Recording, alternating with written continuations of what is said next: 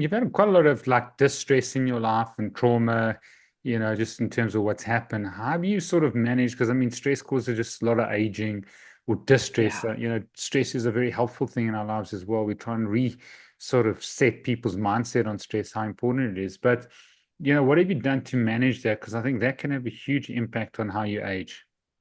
Yeah. So I have been very blessed that when I went through that very rough period when I turned 30, I thank God found this group of coaches, and they were like, in the group, there was like, a nurse practitioner, there was a coach, there was a shaman, which sounds as woo-woo as weird, but like she was also a nurse.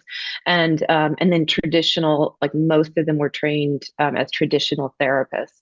And they would have like group things. Anyway, I learned so much about mindset and that your thoughts create your reality. And so your mindset is everything. And so, I kind of, this is how I've worked my life. Like if my reality isn't working so well, then where is my mindset? And not to blame everything on me, there's a balance there, but sometimes I know. So for instance, when my brother died, obviously any mindset I had like wasn't going to change, that he was hit by a car tragically and died. So none of that, but my mindset about it afterwards, I knew was everything.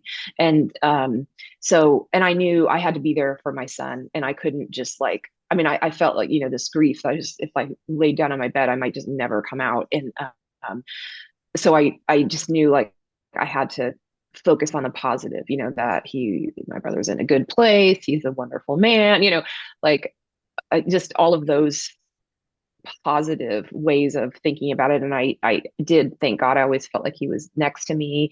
I learned, you know, like when my son would come in the morning, it's like, well, he doesn't really know what's going on. I need to smile and just be happy for him. And so I would just focus on like my life that was alive, and hot tip for parents out there.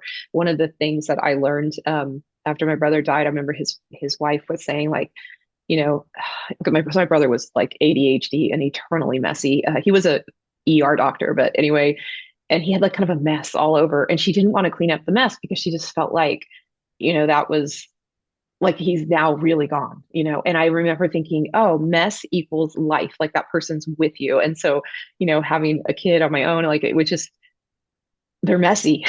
And I Mm. just remember again having this like positive mindset towards it. Yeah, but that means he's with me. And in fact, as he's 18 and he's looking at either joining the military or going off to college, it's like he's messy, he's definitely a teenager, but I just like he's with me. And it doesn't mean that I don't, encourage him to clean things up, but Yeah, I I just got you. don't get so upset and worked up over it. And I do think mindset about this whole thing is, you can't go into this like, oh my God, am I doing it perfectly? Am I, like you got to just like, I'm going to do what I can with what I got in the time I have.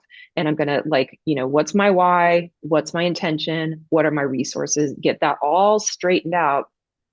And as you're delving into this, I mean, bad days are going to come up. You're going to be busy. You're going to have to do other things during your, but so you focus on, okay, I'm not going to get it perfect because I'm not like God or an angel or a saint. Like I'm just me, I'm a human, and I'm going to mess things up. So I'm just going to get right back on the horse, like, so, this afternoon I'll go for my walk. Like I just go right back into my routine. I don't wait for like, oh, a Monday to start again or any of those things. So yeah, consistency Okay. over perfection is a big one. Brilliant. Brilliant. Consistency Yeah. over perfection. That's And brilliant. anyway, you would ask me. So I have a coach that I still sometimes work with, like it just helps me kind of check in and have somebody like one of the things we always talk about is like no new information. So you think you're going to kind of solve your problems yourself, but sometimes you need some new information, and just talking to a friend or just saying it out loud to another person, you can almost see like, oh, wait a minute. Like when you're saying it out loud, like, oh, Mm. this is, here's the problem.